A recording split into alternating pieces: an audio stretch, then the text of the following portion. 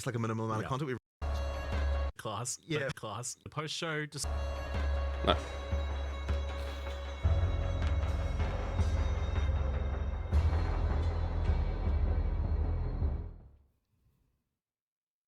To the post-show discussion and Q&A. I hope you all enjoyed what you've seen so far. It's been pretty exciting for us here as well, as you guys have been inspired already just watching things. And you're already cooking a new ascendancy class. Yeah, for sure. You've got to do design whenever you can. Yeah. Absolutely.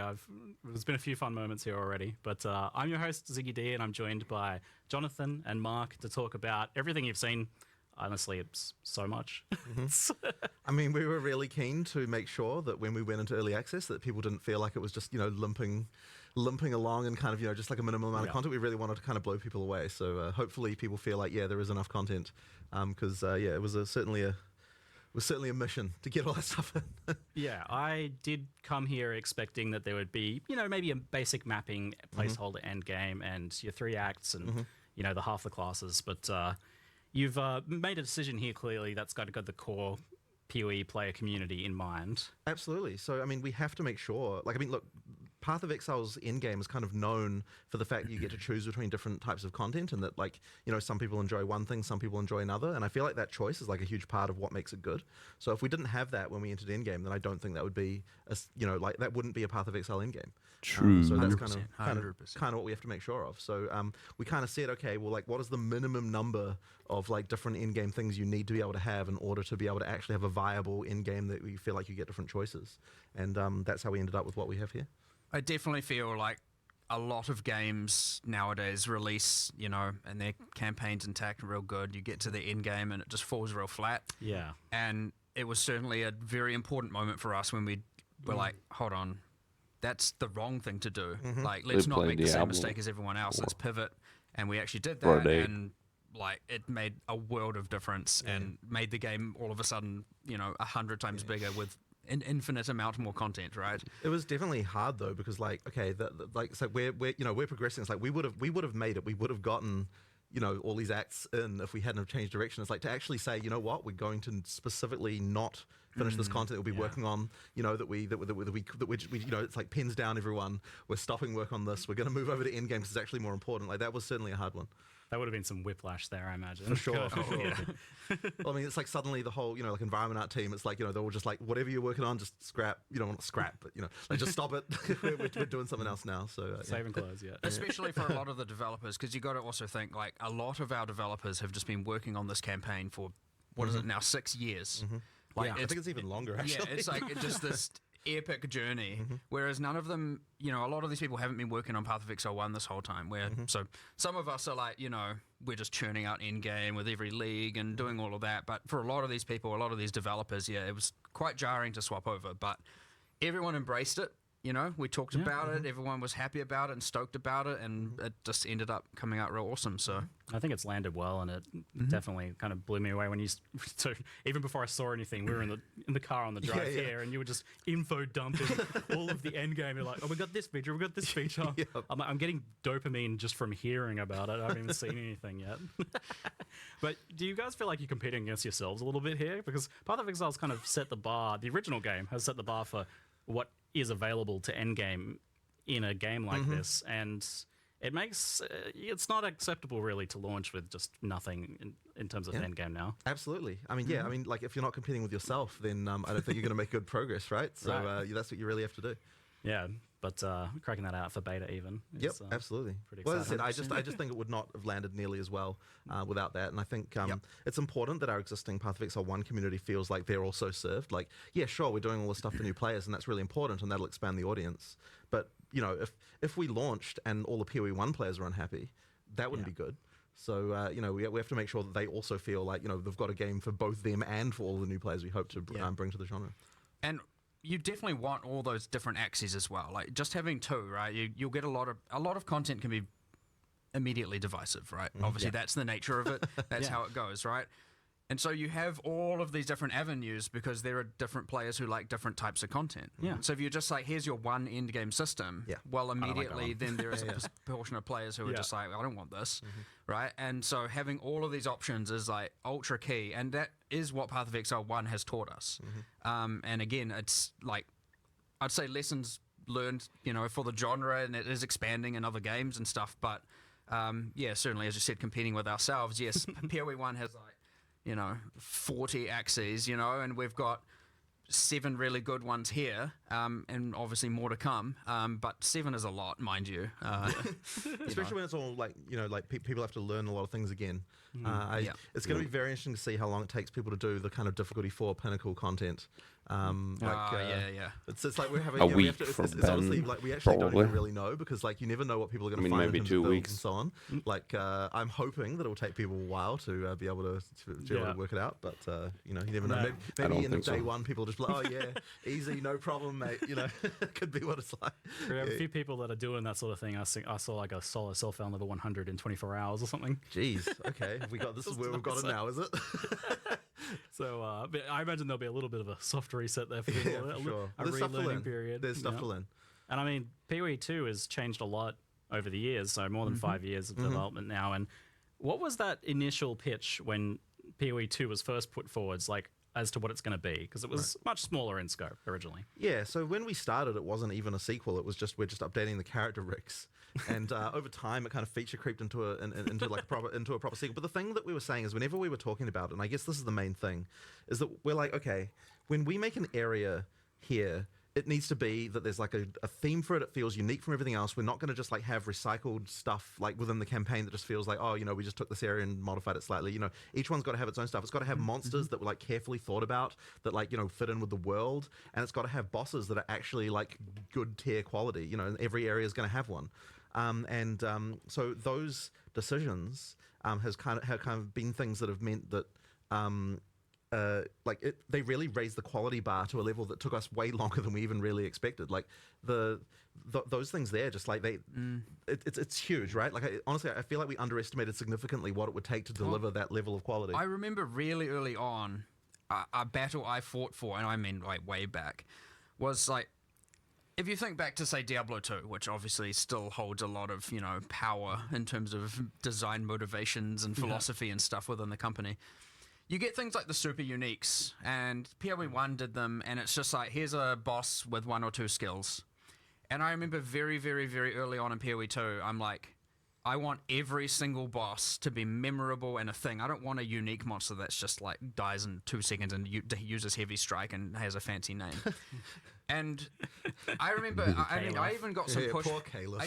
I remember getting some pushback at the time and thinking like, I love the bosses, my favorite part of everything. And so I was just like, man, I don't want this. This is just terrible. But of course, that decision, me pushing for that, me wanting that, turned into this megalithic. What have you done? Now we have 50, aiming to be 100. Honestly, probably later, several more 100 once all the end games, everything start to evolve and more expansions comes out. And I'm like, we maybe just made 100 times more work for ourselves, but 100% bloody worthwhile, because I'd say those bosses are one of the main attraction pieces of the game, and anyone who plays it is just like, holy crap, those boss fights are amazing. So like, obviously some are bad and some are good to different people and all that. That's how it all goes. That's part of all the fun. But it is true that me pushing for that thing literally created thousands and thousands and thousands of hours of work. Now, worthwhile work, but it is again that exact thing of like, the scope was kind of small on numerous axes, and as we just raised it and raised the quality bar to what we thought was good, it certainly went from, what was it initially, just reskinning some character classes and new rigs or whatever, into this like mega scale entire campaign, everything. But Full standalone separate game. Yeah. fun other anecdote, since we went out of that territory. It was originally codenamed Project Chimera. What? I don't. It was this pipe dream. I've never been a fan of these codename things It like was, that. it was this like, there were times way back in the original Office, there was all this like, sometimes there'll be a feature you can't really do in PoE 1, and it was always like, we'll do it in Project Chimera. That was like amongst the developers, and people were like, what the heck is that? Now, ironically, there is a boss in Act 3 called, well, it's got a different name, but it's called the Chimera internally. It is a Chimera. It's a multi-headed beast. And you've seen it in a few of the marketing, things here and here, different trailers, little snippets of it. And I think it's just ironic that was actually the first boss asset made. Before everything, the first monster, because back in when we used to just make random monsters and we'll find out how to use them. And that was made for that game. It was used in the original PoE 2 trailer, right? Oh. It is the only incomplete, technically, but only from a balance standpoint, or it was the last boss to finish in the entire Path of Exile campaign right now. It sounds like there was like some sort of emotional demon that you had to battle there, of like the legacy of the original idea, and you had to finish it. We had a moment with the monster game designers where we're like, oh my god, it's happening, the Chimera is finally being finished. Holy, this is like, we were effectively like, we need to celebrate this boss finally being done. It was like at the origin, and now it's at this, point where we're about to deploy early access. Not to say the end, because the end is forever away. Yeah. Yeah, it's still the beginning of a journey in many ways. Yep. But on that note of celebrating, like, how do you guys feel having now kind of, for the first time, I feel really like laid bare kind of everything you have, you're putting it out there, and only being 2 weeks away from everyone playing it? Well, it's always scary, coming into a release, and I think especially for, there's like a bunch of people on the PoE 2 team who have, who, like they have, this is their first game that they're going to be releasing, and that experience is something that, it's tough. And honestly, I think that even we were feeling a little bit cocky actually about the fact, because we release content for PoE 1 all the time, and I feel like we kind of felt like we knew what it took to get a game released. But honestly, like PoE 2 was just a whole entirely different demon as far as getting things out right. Like it's just way more difficult. Like when you actually have to make everything, like the whole frickin' thing right from the ground up again, it's like, wow, there's way more stuff there. And like there's even things like the passive tree where it's like, I feel like we underestimated what it would take to get something like that to an actual releasable state. Like that was a huge amount of work, just like absolutely colossal to get it to get that kind of stuff in shape. Like it's just been crazy. Obviously it's nerve wracking, coming up to coming up to a release day. But I think we do have something that players are going to really enjoy, and like it's always comforting when we had a live event in LA recently. People, we got to the time limit and everyone's like, oh man, we don't want to stop. So like I think people are going to really enjoy it. Mm-hmm. It's been a whole different experience for me here playing this time around as well, whereas before I was playing a very buggy kind of internal version of the game that was very experimental. Now playing almost what I'm going to be playing in Well, I heard you still managed to blow the count up the elevator with some kind of knockback bug. I wasn't going to mention that. Yeah, we have to get that one. I did send the Act 1 boss up an elevator with knockback. It was good. Intended mechanic. I thought it was pretty funny. Yeah. He was in his like big wolf form and kind of trapped in there, so just barking at me through the wood. It's good. So I'm sure there's a few things to work out over this next 2 weeks. I hope the team can have a little bit of a rest for a day before they get back into it. Maybe. Yeah. Yeah, it's been a lot. So you've done that pivot to the endgame focus and got so much for us now to play around with in the beta. And it seems like originally I was thinking, we might be playing for a few weeks here, and then maybe going back over to some Path of Exile 1 stuff. But it seems like you guys want us playing through Christmas. That would certainly be good. Look, there's enough stuff there. I think it will take people a long time to get through. Yep. And I mean, obviously, it's also going to be the first time people are playing through a completely fresh campaign as well. I think that will take people a fair amount of time. There's and then of course the end game as well to explore. I mean, it should be pretty significant. We've always wanted it to be that Path of Exile 2 leagues, are going to be, like how PoE 1 leagues are, where you play them for a reasonable amount of time, and then sure, you get done with them eventually, and then you've got the next content that comes out. So in order to be able to realize that, you have to have enough of a base to make that happen. Yeah, people are definitely wondering like how invested they can get in the beta. So I definitely want to ask a few questions kind of around that idea. Firstly, is there going to be wipes and resets, and will there be something before launch as well? So we are going to be having new leagues effectively throughout the beta whenever we launch something significant, because we want to make sure that all of the effectively that people are able to play through. But that stuff will be merged into an early access league, and effectively after we go into full release, that league will stick around. Now, I can't promise that everything about your character will function exactly like Surely how not. it did in that thing. I imagine it'll be a glorious kind of snapshot of all of the here's all the broken here's all the stuff broken I have. stuff. Yeah. But effectively, we can contain all that stuff in the sort of early access league, and then if you still want to play those characters, you know, like then you can go right ahead and do that. But you know, the action is always going to be in whatever the most recent league is, and then of course after that point there'll be a standard that everything goes into, which you know, all our economic sins will forevermore be archived in the in standard. So yeah, that's you know, no doubt what will happen. Well, it's nice that it's not going to be affecting what will be the standard league. Yeah. Also, that's the that idea. people will be able to kind of get invested in their characters. Yeah, Because, absolutely. I mean, there's even something kind of cool about the idea of making something that will be like that little historical piece. Yeah, absolutely. A little collectible. Absolutely, and I'm sure there'll be some handful of legacy things that only exist in early access leagues. So you know, I guess we'll have to see what comes with unique balance. You talked about like the you know, playing for a week or how long are we expecting? Yeah. Well, we also got to remember, and a lot of the a lot of the PoE1 players were thinking very differently to people who are obviously going to experience this as a new game, but it is a new game. Yeah. Right? You don't have all these predefined, hyper-refined builds to play to immediately, you know, go through things. You don't have people coming in with like fully detailed 7 million line build guides of exactly what to do with what items. The discovery is going to be there. The discovery takes time, and the discovery is like honestly ultra fun for me. I love it. Yeah. Now those things will emerge after time. Of course they do. Completely fine. But you just got to remember, like, there's a lot of game to play here to discover, to learn about the world, the new narratives, the new world building, the new unique items, the ascendancy classes, the massive passive tree, which is bigger than PoE1's, the like, you It's know, bigger than in-game PoE1's. systems, the bosses. So like, it's more it's than not going to be this like, you 1,800 know, passives. even, you know, I personally, when a PoE1 league comes out, for example, I play for like a month. Sometimes a bit longer, sometimes a bit less. It ultimately also depends largely what's going on here and how much I need to invest here.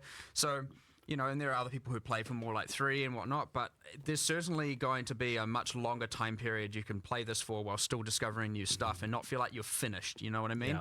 Now, of course, you see that's subjective.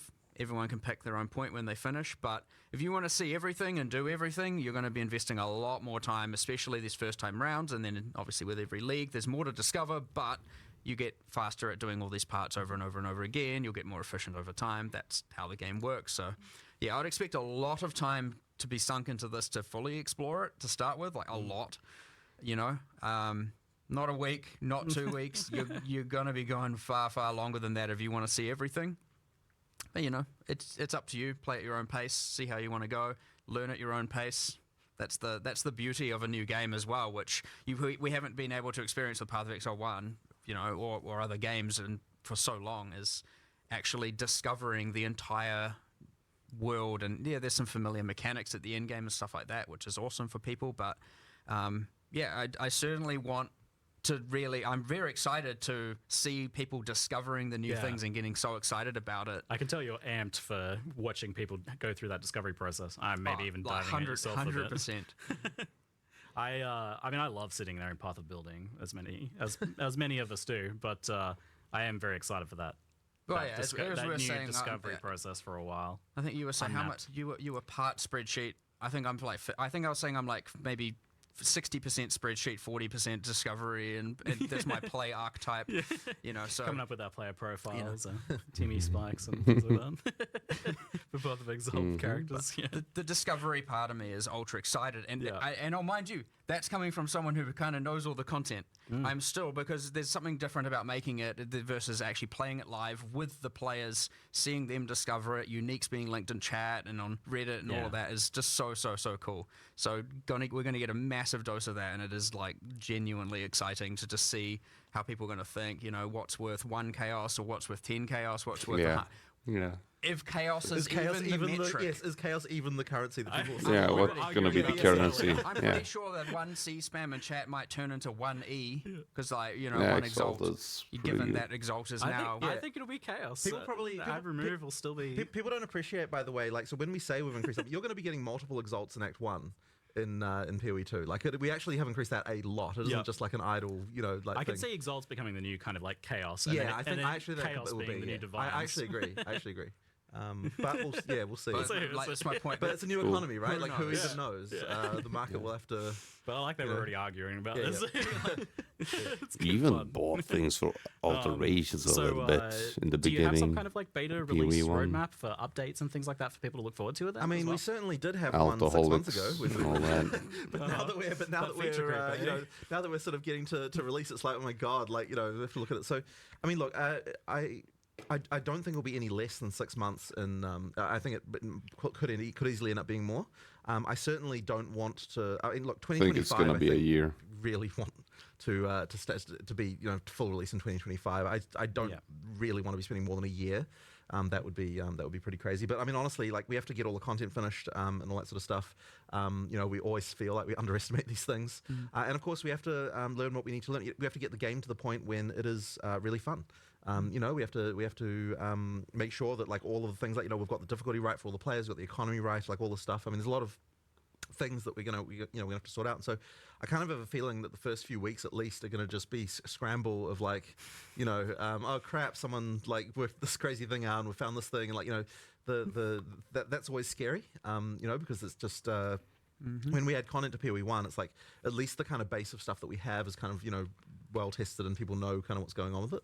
But here it's like just complete new world, and we're the kind of game that has a lot of ability for players to do stuff that we wouldn't anticipate. We have just the way support gems work and everything like that. So there's certainly a lot of worry that like there's just going to be builds that are like completely ridiculous that we just never anticipated, with combining certain things in different ways we don't expect. With hundreds of support gems, it can be like that. So that's going to be an interesting one. Watch It will happen. Young Rome for sure. It is inevitable. when the right? game Like, gets there's released for the nothing most we can broken even do mechanics. about it, because You're you probably going to find them. you'd need hundreds and thousands of hours of testing to be able to do that with what can only be done with hundreds of thousands of players. But that's also the magic of it all, which is Waggle's probably That's pretty why I good was too. asking you, like, are you literally really doing 12 classes and 36 sentences, like actually? Yeah, 'Cause that's absolutely. We have lot. we know what we want to do with it's a all bit that stuff. unhinged. It is a bit, but we like a challenge. I mean, a studio that produces a passive skill tree like we do clearly has a bit of a glutton for punishment with regard to just like mixing. You and totally things. could have done 6 and then, like, I don't know, added more later in an expansion or something. Yeah. I mean, maybe we could have. I mean, look, this is the plan. This is the plan. I mean, like as people go through early access, it's going to feel like there's just expansion content coming up pretty frequently. Just because we have all the stuff that we kind of Exciting. got a lot of the way through. So Yeah. there's stuff to come. I mean, look, I'm pretty sure. Like, I really want to get the Druid out. Like we announced it, we've talked about it. It's a lot of fun. I'm keen to get that out there as soon as we can. The Huntress we've talked a bunch about as well. There's like those kinds of things. I think we'll be able to move towards those pretty quick. There's obviously more to do.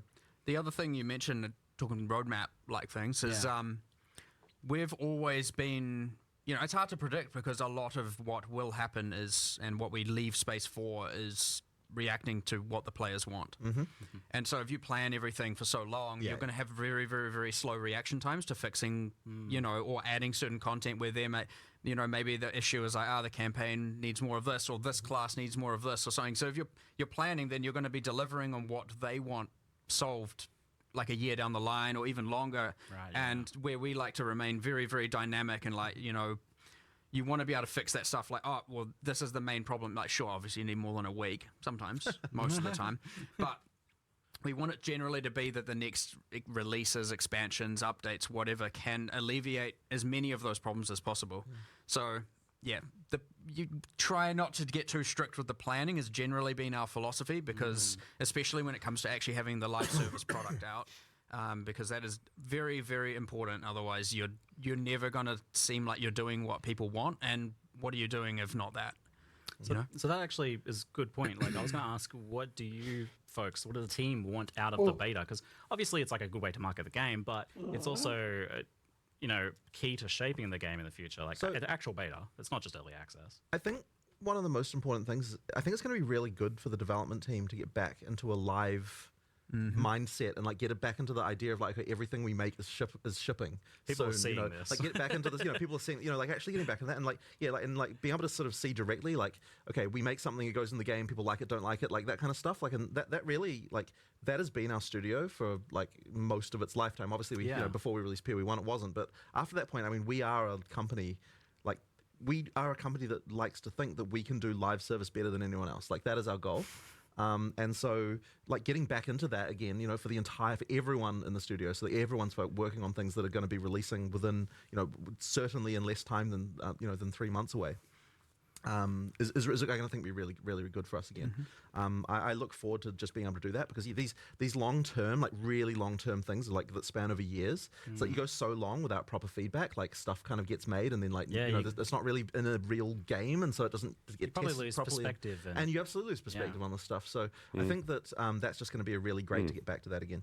Yeah, I honestly, as you said, it is early access. It is a beta period, and I'd say personally speaking, the thing that, and we mentioned it briefly about the character balance and the builds that are broken and all that, that's obviously pretty useful to me, right? Yeah.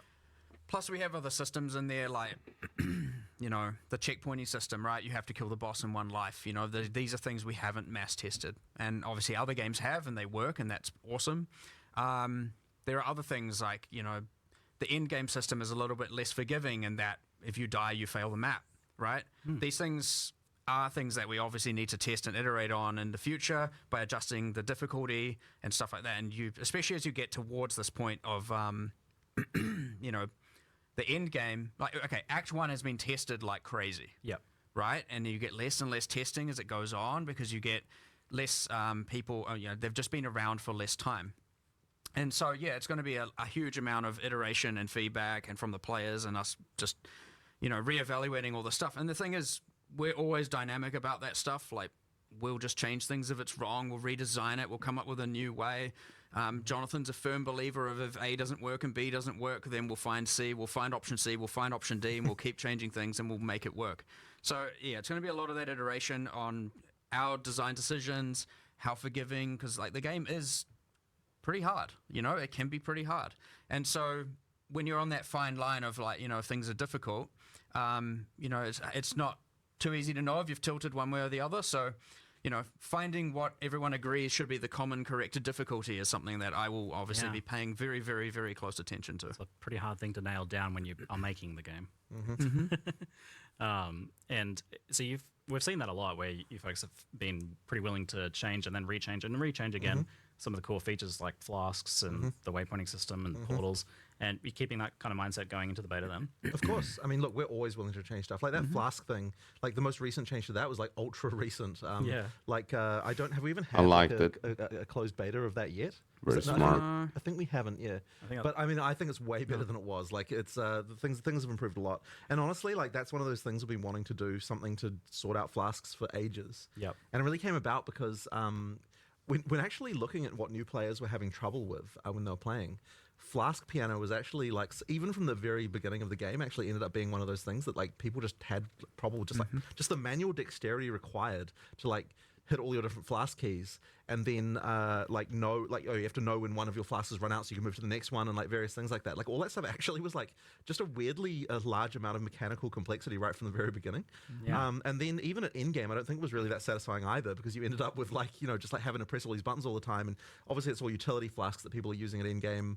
And then we kind of tried to band-aid this in PoE1 with the some of the flask automation stuff that was added there, but there was still this idea that that you're still more powerful if you don't automate. So therefore, there's that trade-off there.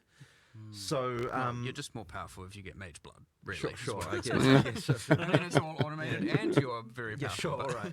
But so the point is effectively that the charm stuff that we're doing effectively means that you no longer, the game is making that decision of that stuff will be automated. You no longer have to do that like crazy flask piano to get the best the best out of your character. And I think that is definitely a step in the right direction.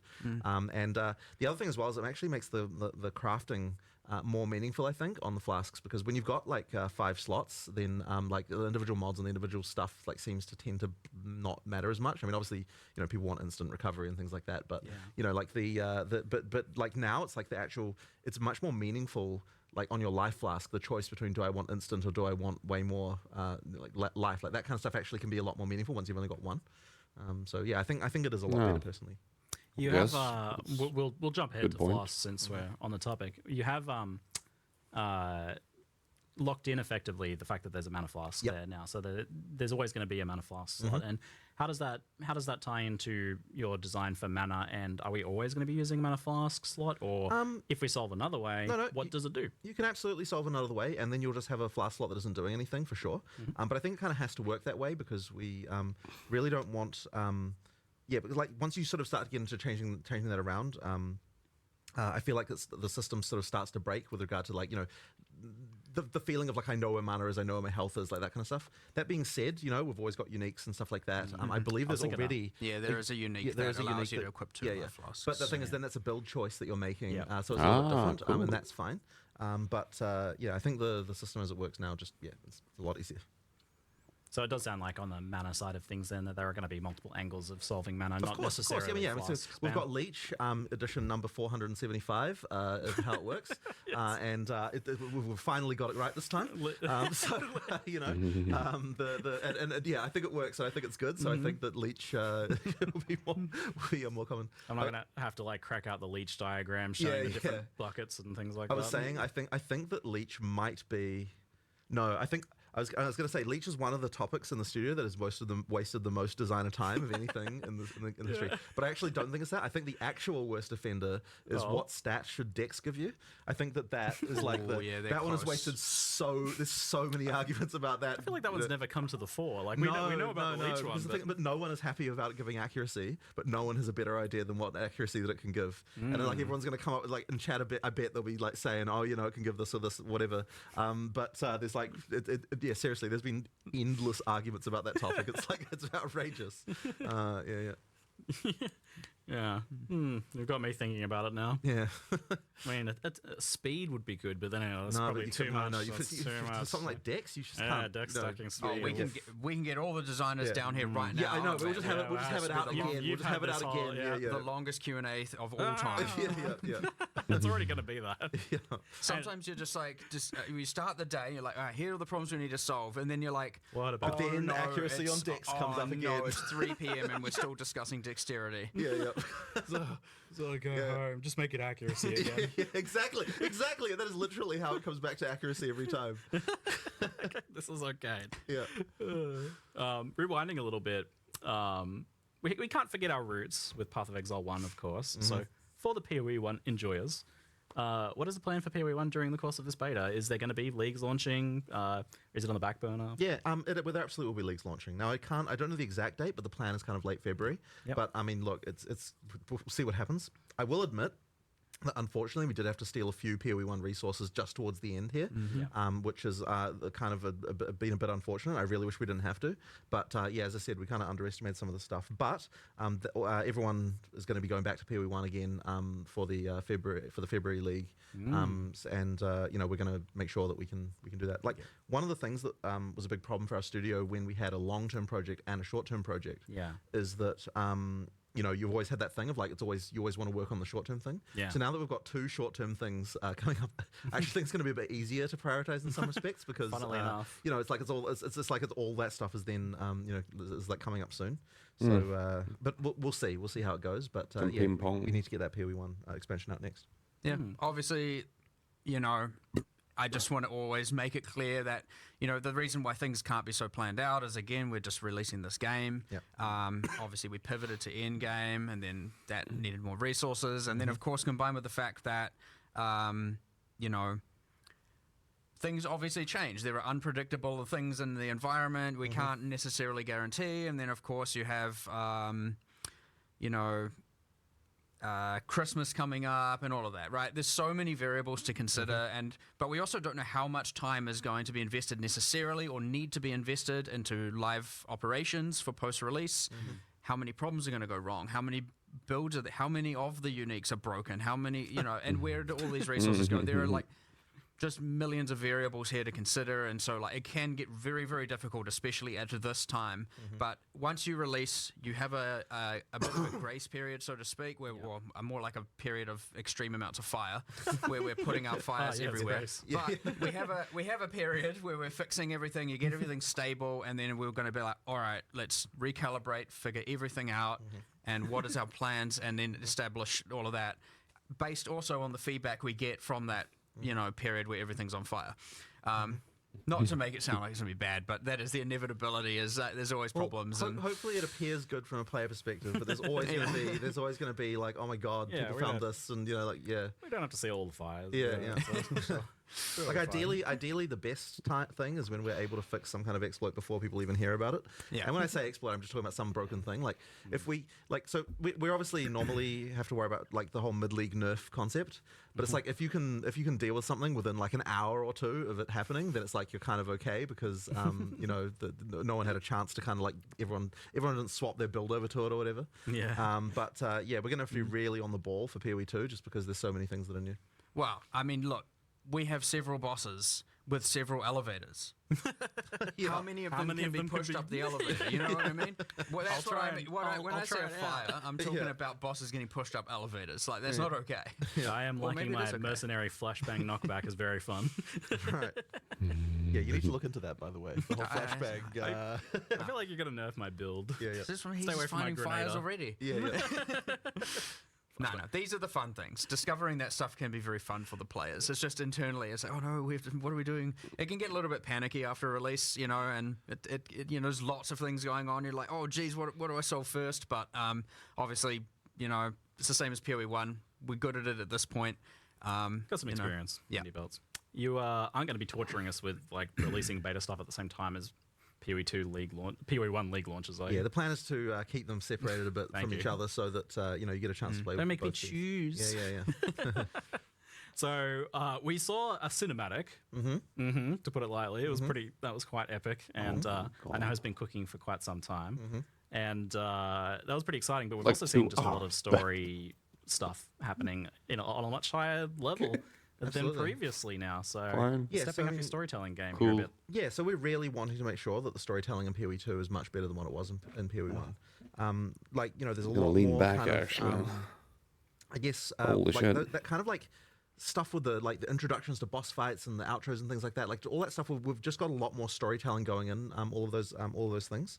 We do have the intro cutscene. There's also kind of like light, like between the acts. There's these kind of like more kind of motion graphic type cutscenes, just kind of establish things. And there might be some more surprises later on in the game as well. Not in early access, unfortunately. Later on that In that maps, you see as well. hopefully. But ultimately, we just want to make sure that I think a lot of people who got through the PoE 1 story had no idea what was Or happening. by the end. tablets.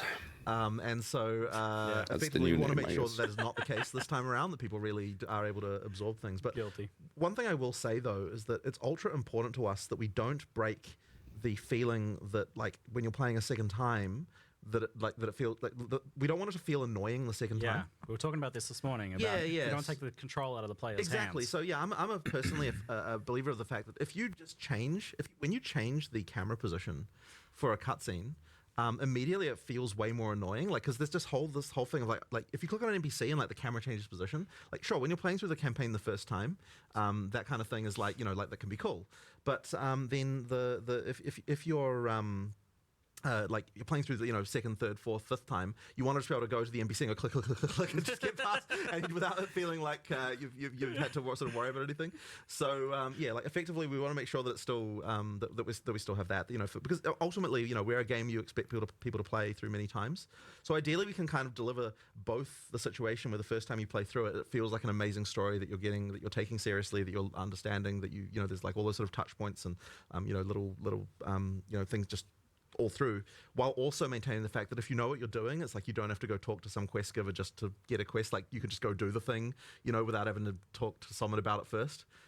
So that kind of stuff is really important just to make that stuff work well when you know what you're doing. Yeah, you said something this morning that stuck with me, where you said like Path of Exile is a game where the player's meta knowledge is allowed and Yes, encouraged. absolutely. So You're allowed to cheat the quests Effectively, because you know what to do. there's what the character knows and there's what the player knows, and in our game, what the player knows is needs to be sufficient as far as like being able to progress the storyline. If you don't want to have it so you just talk to an NPC just to find out something you already knew as a player. If you kill this boss, you get the next area's waypoint. So you just like kill it, log out, log in, waypoint, right? I love doing that. Meta knowledge. Sure.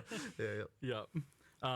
So you explained to me the other day the kind of the context for the beast and how that leads into the cutscene in the beginning of PoE 2 from PoE 1, and that I think helped put it in a lot more perspective for me and made me appreciate and understand what's going on with the story. So here effectively, what you're seeing in the opening cutscene is effectively the a new seed of a beast that is going to be is growing now.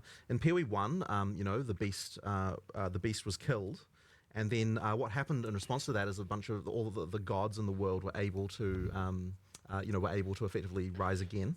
And you killed a bunch of them, but there are more, in the world. And effectively, we don't want to spoil too much about the storyline overall, but effectively, obviously someone here, the Count is wanting to harness the power of the beast once again. And then we have the mysterious figure there who is saying, no, don't do this. This always turns out badly. There was a comment in chat that I loved that was like, stop opening Eldritch boxes. Yeah, exactly. Why do people keep doing this? Yeah. I would. If someone handed you a unlimited mysterious orb, curiosity. wouldn't you press the button? I mean, There's a puzzle box. I wanna open it. What's inside? Exactly. yes. I mean, I'm going to try, but who knows how many hours it's going to take me. Indeed. So we had a fun moment earlier where you were watching it and you were like, "Oh, we really need to rename that passive because he's a Karui and it's a wolf. It's called a wolf. Great Wolf's Howl. And the Great Wolf obviously being so you went out there. Ismite history. You started telling him. I stomped out of the room. And I was like, we need to rename that notable. He's Karui. And then I was kindly reminded that actually he was An orphan who... orphan and was adopted by a Ismite and raised. And so, yes, there is a mixture of Karui and Ismite background. And I was like... It works. You were wrong. Fair enough. I walked back in here all sad and whatever. My bad. It's fine. The name is good. He looked so chastised when he came back in. But that just like points to the fact that I feel like you're doing a lot more with the characters here. You even mentioned that the ascendancy stuff is going to have an impact story-wise. So with that's wild. We just think a lot about this kind of stuff. So the acolyte of I always get the same wrong. The acolyte of is it Chalula? Chayula. I always say this wrong. The acolyte of Chayula, for example.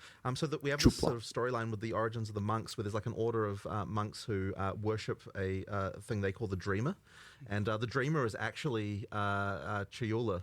So they don't know this. So they're effectively worshipping a breach demon. So the acolyte of Chayula is effectively you embracing the fact that I'm worshipping a breach demon. I'm just going to go all the way. I'm in too deep now. Yeah, exactly. we're just going to do it. So there's a lot of thinking like that goes into these things. Like what is the history of these people? Because I think a lot of that stuff inspires interesting mechanics as well. So for example, on that one, you've got that into the breach skill, which kind of means you're always in a breach all the time. You can see the things going on. Like that stuff is. I think that just there's a lot of cool inspiration there. So coming up with that storyline stuff for that stuff, there's a better. couple other little things that I think is cool as well, and hopefully people will notice and pay attention to. So there's one of the bosses that was shown as uses a lot of time or chronomancy, and interestingly, if you are a sorceress and you ascend to chronomancer and you then go to fight that boss, if you, for example, try to use time freeze, the boss is like, that doesn't work on me. And has a dialogue line. And if you cast temporal chains on them, he's like, just puts it back on you. And it's like, And so there's interesting things like that. And it doesn't like change things on a grand scale, right? It doesn't make a certain class not viable or anything like that. But there's just interesting little quirks and quips everywhere. Different bosses have different intro lines depending on what class you're playing. They have different skill lines sometimes depending on what class you're playing. Yeah. We've got different dialogue all through the campaign for different classes classes like the sorceress is obviously from the Maraketh. When she goes back to the Maraketh, there's kind of a little backstory there about how she was banished originally. So she needs to find a way that she needs to be accepted back into their culture again. Like we've got things like the character we talked about earlier. So the warrior, was an orphan. He was brought up by actually one of the NPCs in Act 1 town. So obviously there's a whole different dialogue there because he's effectively his adopted son. We've got things like that. There's a lot of thought that's gone into just trying to make it feel like all these character classes have some level of involvement with the world. That don't just come into existence the moment that you. There's They're other giving little you things, the so, like like, cheat more sheet on the for narrative this. side. Obviously, we saw the world map. You have the icons that show different things that are in each act, like all the things you want to explore, Such a good idea. awesome. But each of them also has a little bit of a kind of little bit of text on them as well. And like, for example, there's one in one of the first areas in the game that's just like a camp of Iron Count guards, and we showed it. I needed another cup of coffee. I've only. How many cups have I had? I've had like only 3 cups today. Like, I don't even know. How am I still alive? I usually drink like 16 cups of coffee every day. Do you want patch facts? In a trailer, when the Ranger class trailer we did, whenever it was, you saw the Ranger kill some of them because they were trying to like hurt a child, and the child was just trying to get some food. And the Ranger just like snipes them with arrows and kills them ruthlessly. And so you read this thing and you're like, you hear whispers of an Iron Count, scouting party that was slain by a rogue archer or something like that. So you get these little things where we're like connecting a lot of little dots, and even then you absorb a little bit of interesting little information. You've got other things, for example, when you enter an area, it not only says the name at the top now, it has almost a subtitle text that's giving you a little bit of history. And these little things like somehow make they the add world up. building feel so much better. And when you approach certain landmark rooms and you walk into them, you'll get a banner at the top as well, which says what it is and gives again a little bit. Okay, so this is what I've been talking about in Genshin and everything like that. This is how you deliver and build a world. You don't info dump through dialogue. You need to spread. Yeah, they're explaining it here, and every gaming company in the world should take note of this. Even, I guess if you want a heavy dialogue game, I guess some people like that, but I think people would actually enjoy games even more, even if you like dialogue and a lot of world building.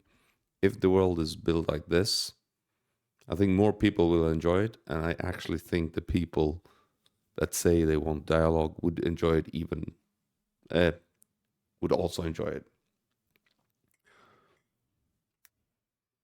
Maybe even a little bit more, because you could have all the dialogue still, but make us not be forced to listen to dialogue, because you can build a world with the world and have snippets of things happening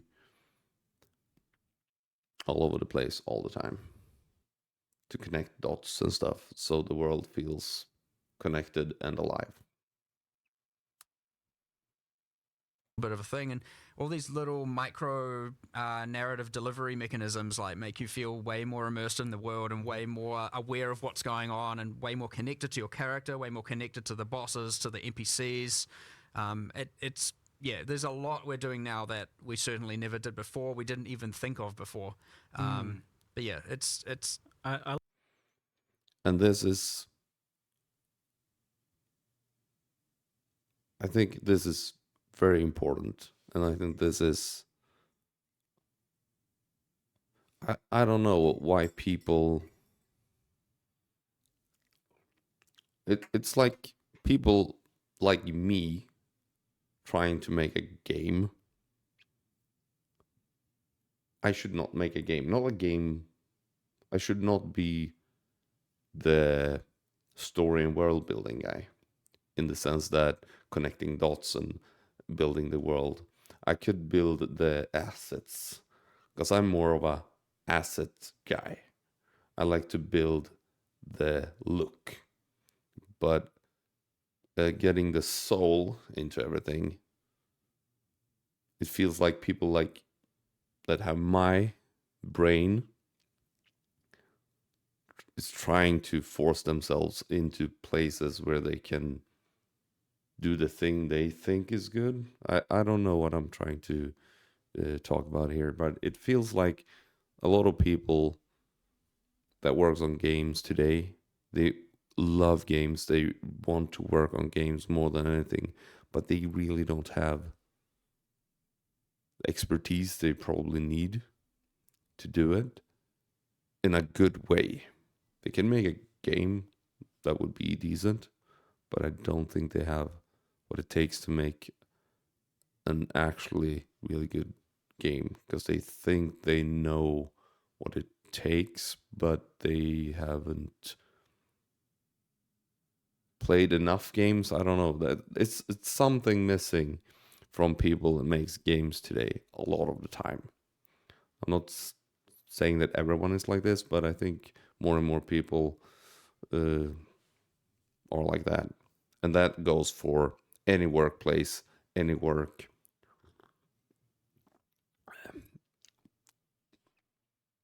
Yeah, I don't know. People think they're better at things than they are. They're not focusing on their.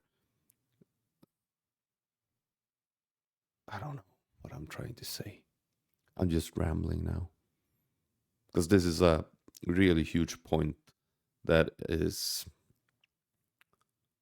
annoying for me with games today. Because games has gone forward with what we can, like the possibilities for games today is like infinite compared to like 20, 30 or 20 years ago when 30 years ago.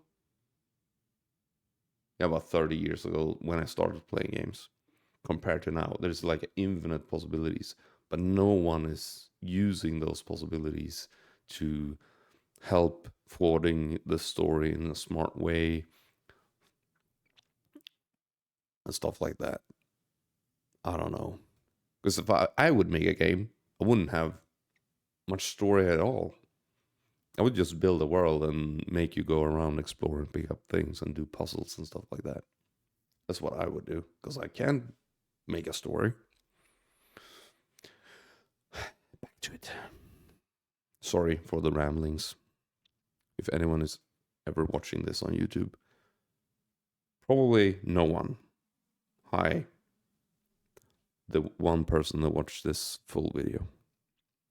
I like It's that awesome. a lot because, like, as an action RPG gamer, I don't really care too much about plot, but I do want a really cool world to be blowing monsters up in. Basically, that's all I care. I want the characters to be cool, I want the baddies to be cool, and I want, like, the things happening around me that, like, build out a bit of that story without me having to stop killing stuff. Yeah.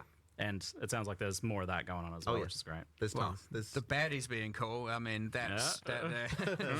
that's I'm how we watching you almost cook. designed an ascendancy class in here just before when we were watching that trailer earlier. Yes. So what you were saying a shadow. You came up with a shadow ascendancy. Yeah. Internally we had some developers watching the trailer yesterday, getting excited about it, and then I was like, I want to play that. I want to play that character. I want to be that character. Yeah. That's awesome. That like kind of Val Thaumaturge type character, and so like Cool. all of a sudden it's like we should make that a class, and then we had another guy like suggest it should be a shadow, and so now I'm like, oh yeah, we're definitely come on, we have to do a Val Thaumaturge like shadow sick. ascendancy, like that's gonna be cool. And you can do awesome things now. I hope even, traps and mines are still in the You hide game. it under all the armor, but you can do things like.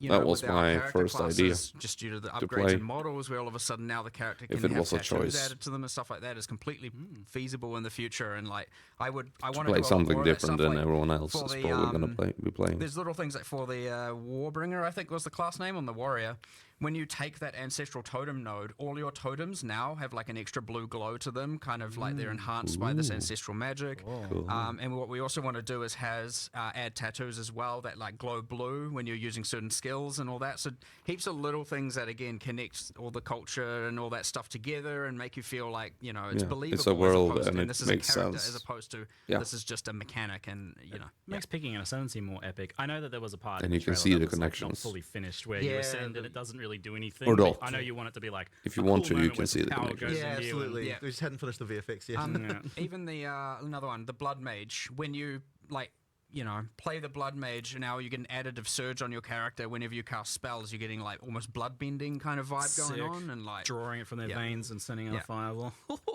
it's cool. Yeah.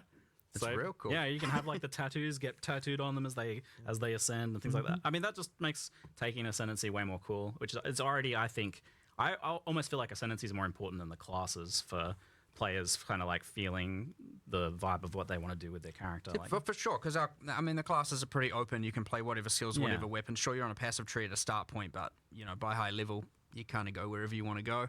Using jewels, especially getting off class stuff, you can kind of be whatever you want with the base class. Yeah. So eventually, yeah, the ascendancy is what becomes more of that important identifying feature because that's what you have actually chosen that makes you distinct. That another different class wouldn't be able to actually have. So yeah. yeah, so you want to make that super cool. Mm-hmm. And on that note, I know I was definitely confused. I know people were definitely confused and a little worried about ascendancy and what's Mm-hmm. happening with that. And people were like watching the Sekima trial Yeah. and being like, "Oh, what if I don't like yeah. this? Oh, Sure. is this another lab again?" But I want you to like lay it out as like simply as possible. Like, how do you ascend? Yeah, so effectively, in the full game, there's going to be 3 Ascendancy trials. For early access, there's 2. And effectively, you can use any of those Ascendancy trials to be able to do your Ascension. You choose. You choose which one. And effectively, if you as you get to higher level keys for those trials, that will unlock more points. Like if you do it at certain level breakpoints, that will allow you to get more points for those classes. So if you want to just play the entire, just only the Trial of the Chaos God with to get all your points, then you can just decide to do that. Just play it at higher and higher levels, and you get more points as you go through. If you want to do a mix, that's fine too. Personally, I think people will want to try out all the different content. I and mean- you might think that you, but even within the trials, there's choices, right? Okay, I'm gonna pause again. Sorry. I heard I don't have chat open. I'm watching this on Twitch, so I don't have chat because I don't want to see people being stupid. Yeah, I heard a lot of people were complaining about this in the chat, at least. I don't know how Reddit is because I don't go to Reddit for PoE anymore because it's just I don't even care.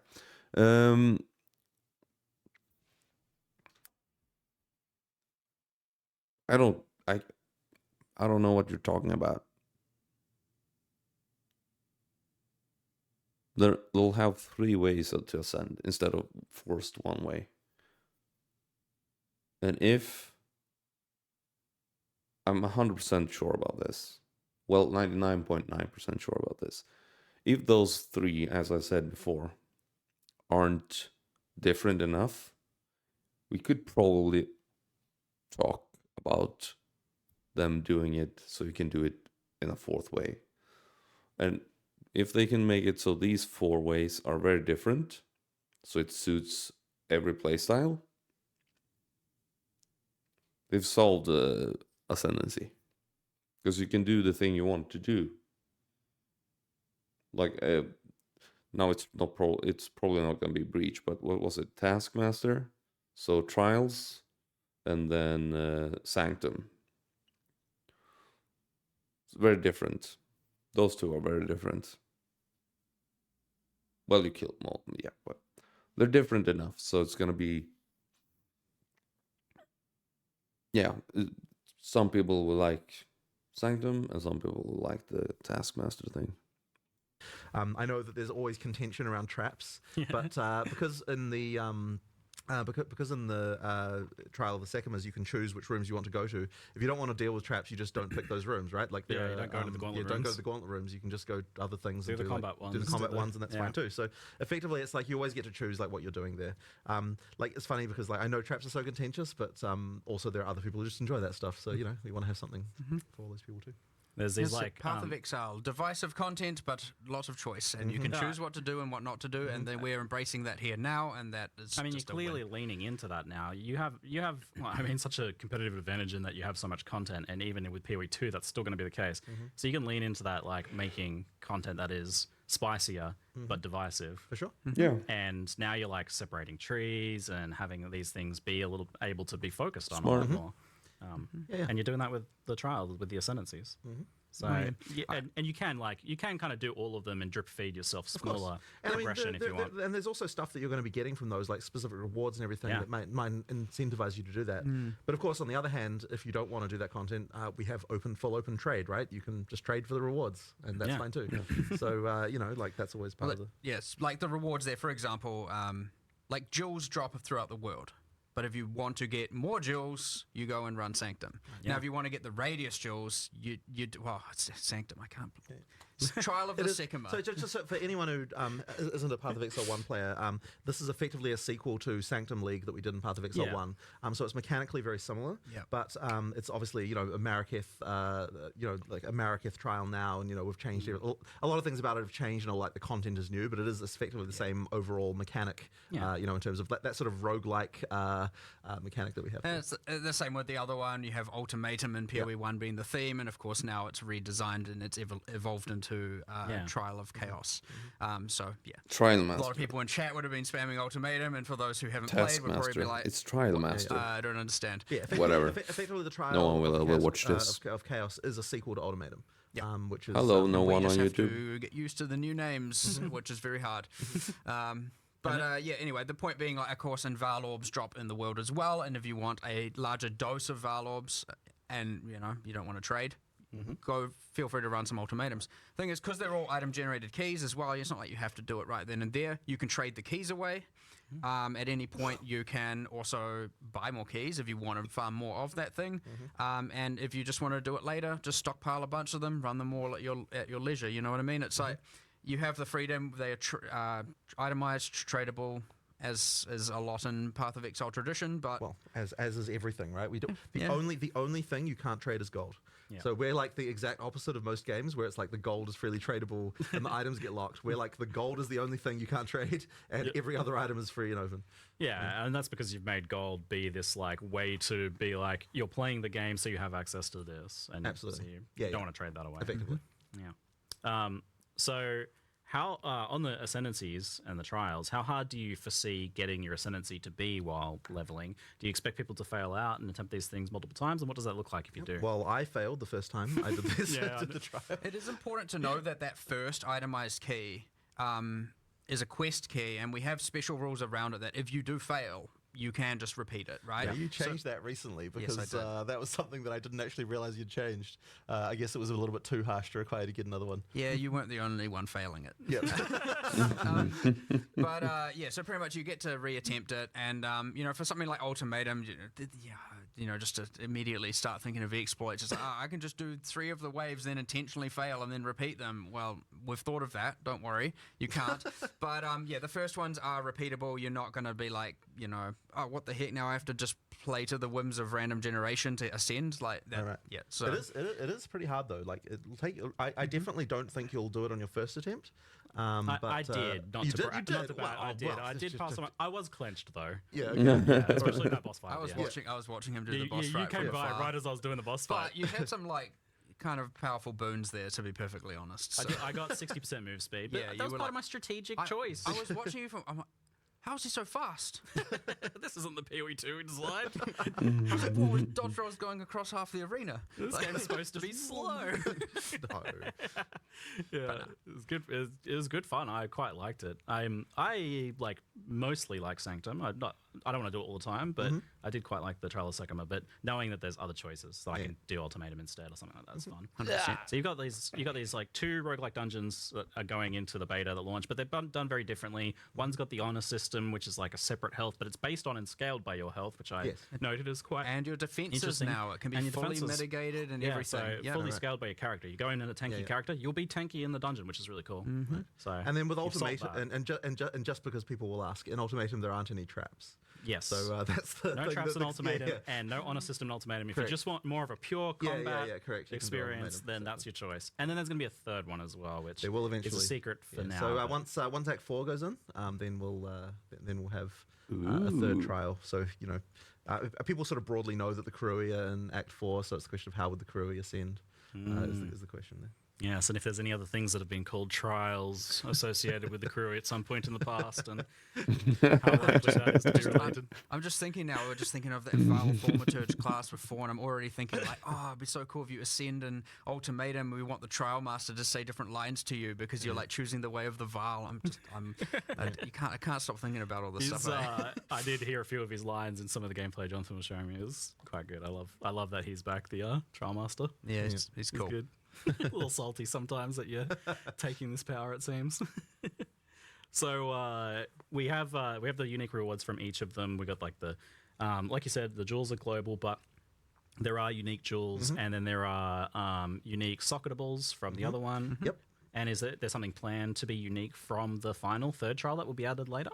Of course. Yes, there is already. Secret. I know what I'm not going to say. Don't worry. Okay, keep some secrets. Fine then. Yeah. Again, I value the discovery, right? I'm certainly if I accidentally say it, it is certainly by mistake. But yes, don't. And that Val orbs from the Ultimatum in particular they seem like they're a lot more important, a lot more powerful. I mean, I certainly think that like some of the stuff is a lot better with how they work. So So one of the things that we wanted to change was that implicits on items are truly implicit. Like you can't get rid of them; they stay there. And so that means that when you do a Val orb, the mod that you get there now is an addition to whatever implicit already had, which is obviously good. And then the next one being that you can get plus 1 socket above the normal limit, which is also kind of powerful.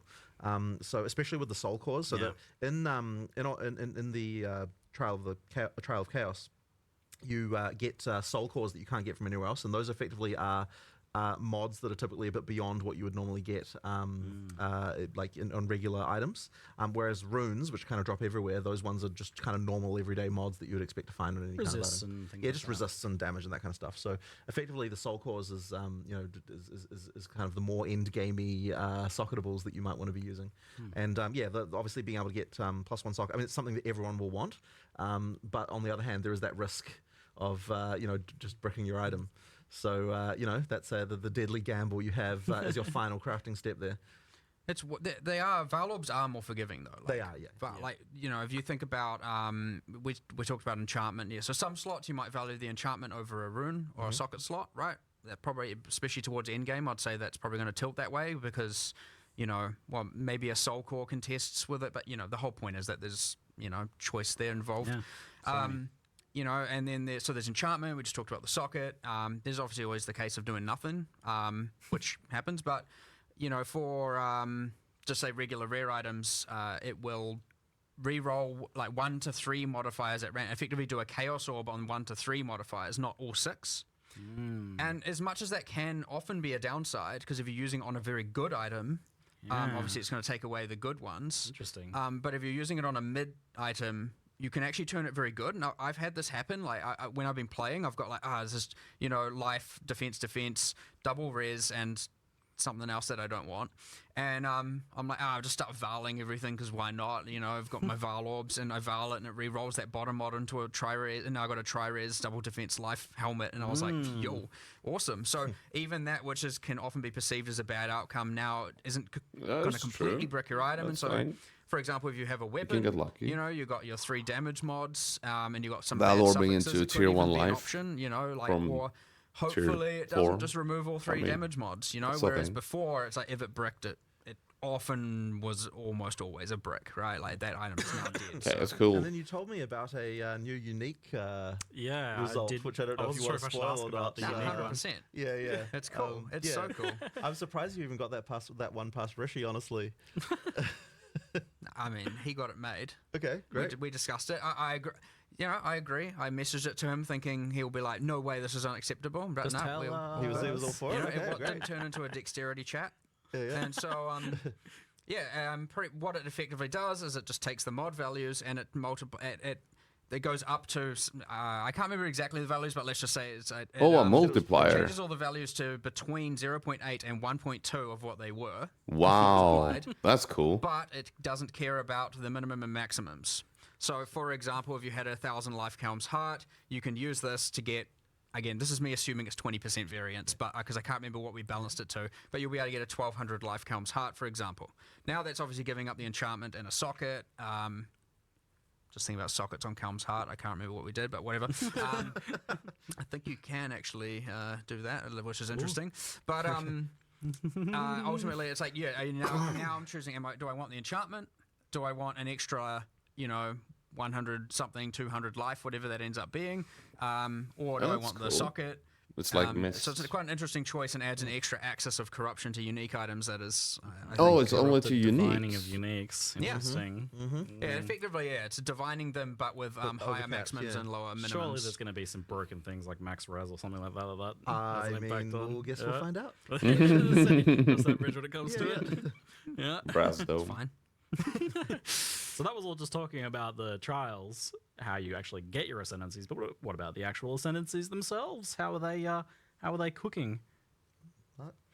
Well, they're fun. They're cool. Yeah. We certainly tried to get what we've tried to do is for the classes we've tried to have one that's a bit more out there. Yeah. You know, something that isn't just like if you think even about in PoE 1, you've got the duelist, and you can go like champion or slayer or holy words I don't remember, but you know the drill. And the gladiator. And the problem is like. Okay, they're all just about like hitting stuff with weapons, and they haven't. There's nothing really out there. Sure, they all sound cool. Like, don't get me wrong, and they can be cool, and they do have differences, but there's nothing that's like kind of crazy. So all of a sudden now, when you're like sorceress, you're using all your elemental skills, and now you can just like go into this thing that can stop time. It's a little bit more crazy, and you got the mercenary, and you can turn into a gemling legionnaire and like, effectively fuse gems into your flesh to like mutate yourself. It's like not just talking about crossbows and projectiles over and over and over and over again. It's like doing kind of whack stuff. So I really like that. That's awesome, and we're going to make sure every single class has one thing that is like definitely out there, and then one thing that's more predictable, more to the expectation of the trope. For example, the Deadeye to the Ranger, and but yeah, lots and lots of cool interactions, just cool playing with different mechanics, and we've tried to make them like, for example, none of them call out a weapon, right? None of them. So we're trying to make sure that they're broad enough to be that. You might be a ranger going a Deadeye, but playing a caster, right? Yeah. Playing spells, like keeping all of that open, that flexibility, Yeah. that kind of crazy, for Back the to Johnny more players, as we flexibility. call it out there, who want to just completely experiment and figure out, the most broken, weird stuff. And you get things with that when you're still like, okay, I'm a ranger. And I'm using a Quill Rain in one weapon set, spec'd into a bunch of prod speed, attack speed, and in my second weapon set I'm using a Spellcaster Staff with a bunch of projectile stuff, and I'm invested into more spell damage side, and you got a whack tree, and all of a sudden now you're this like Deadeye, Archer, Spellcaster, Mage hybrid doing all kinds of wacky stuff, or like even, or let's say the same build and experimenting with a bunch of triggers. And so you're using your bow as a Quill Rain as a high attack speed delivery mechanism for, laying down a bunch of either CCs or slows or building up crowd controls, and then you're using the caster stuff, and like you get some pretty out there things going on. And the important thing is it's not like just like benefiting only arrows or only bow attacks or anything like that. It's broad and now opens up the world to what you can do. And same like the Gemling Legionnaire on the mercenary is Seems entirely really just cool. about gem slots, skills, support, etc. You don't have to be anything. You can be literally whatever build Yeah. you want. Yeah. And yeah, so that's embracing that and making sure that people still, even though we have all these classes, we're embracing that path of Exile. You can do anything fantasy that we want people to be able to do. And Yeah. if you don't want to, go with the trope, perfectly fine. Yeah, and so you'll still be powerful. It sounds like you're really trying to avoid that thing that we've had a couple times in PoE 1 where like a certain niche is relegated to one ascendancy. Like that's the only way to go for it. sure. But it sounds like that's not going to be the case here. Well, quite at as least much. if we're doing our job right, that should be the case. Yeah. And with so many of the ascendancies as well. Got a lot of choices.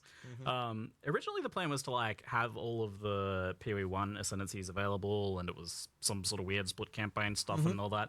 I don't really know at this point. It's a bit confusing. You mentioned Deadeye though, so it sounds like some of them are coming forwards. But is it all just being I think it's more redone at this point? At this point, At this point, they'll just be different, right? Like originally, way back when, we were planning on just keeping the ascendancies as they were and putting them over.